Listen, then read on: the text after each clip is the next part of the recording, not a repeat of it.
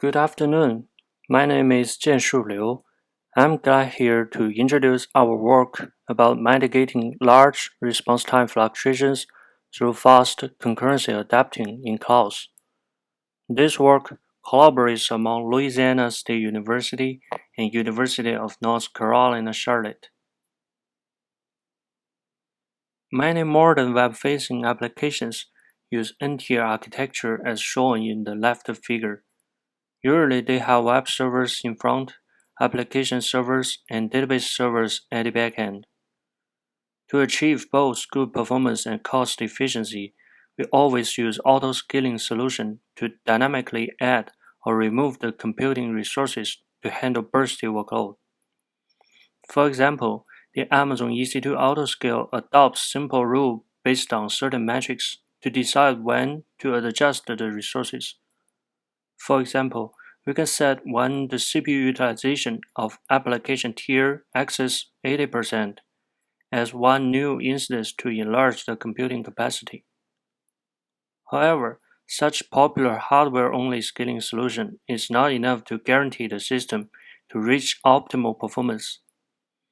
As the figure on the bottom showing, for a typical 3-tier application server, a system, some software resources also need to be scaled. The software resources we mean are threads, database connections. Such software resources are also critical to system performance, since adding new servers will change the concurrency of the system. For example, after adding a new VM in application tier, the concurrency of downstream database server would be doubled. We will further to show the impact of such software resources allocation in the following slides.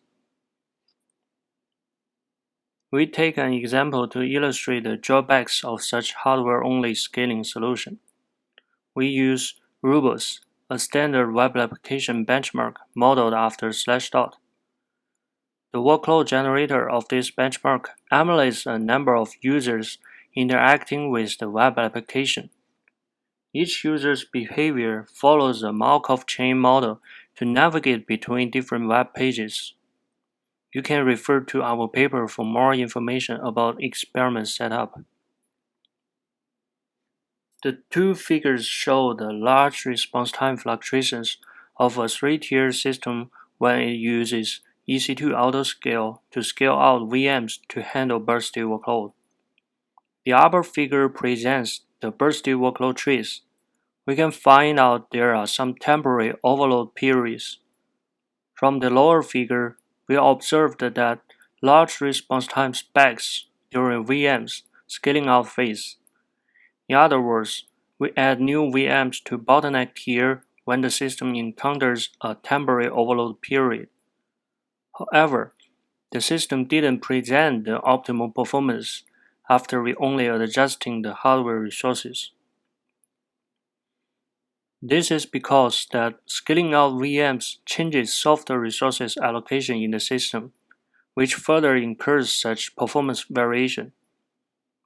To validate that such software resource allocation would affect the system performance, we take Tomcat server as an example.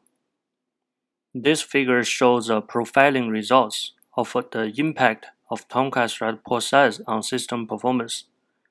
As the Tomcat thread process increases from 5 to 100, the response time increases significantly.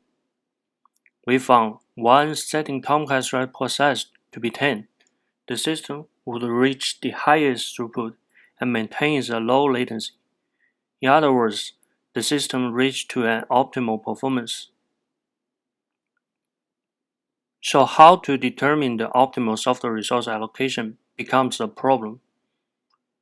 Wang et al. Reported that the state-of-the-art approach to determine the optimal software resource allocation is to use a pre-profiling method based on queuing theory to test each component server in the system before the production phase. However, based on extensive experiments, we noticed that such optimal software resource allocation would change during runtime as the system environment condition changes. We will show a set of experiment results here to support such conclusion. The left figure shows a profiling result of exploring the optimal Tomcat thread process for a one-core Tomcat server. We can identify the optimal Tomcat thread process should be 10 according to throughput and response time. Then, we scales up the Tomcat CPU core from 1 to 2. In other words, we add one more additional core for Tomcat CPU. The red figure shows another profiling result of exploring the same software resource allocation. We found that the optimal Tomcat thread process changes from 10 to 20. These experimental results validate that the optimal software resource allocation will change during runtime. So how can we quickly determine the optimal software resource allocation of each server in system during runtime becomes the key question we need to answer. So in this slide, I will introduce our solution to answer the question before. Different from the existing profiling approach, our model uses the real-time measurement of server metrics to predict the optimal concurrency setting. We collect the data tuples shown in left table every 15 milliseconds, which is a fine granularity to represent the real-time system metrics. Each tuple consists of a server's real-time concurrency, throughput, and response time. Then we use concurrency as the x-axis and separate the tuples to two data pairs to generate scatter graphs in red 2 figures.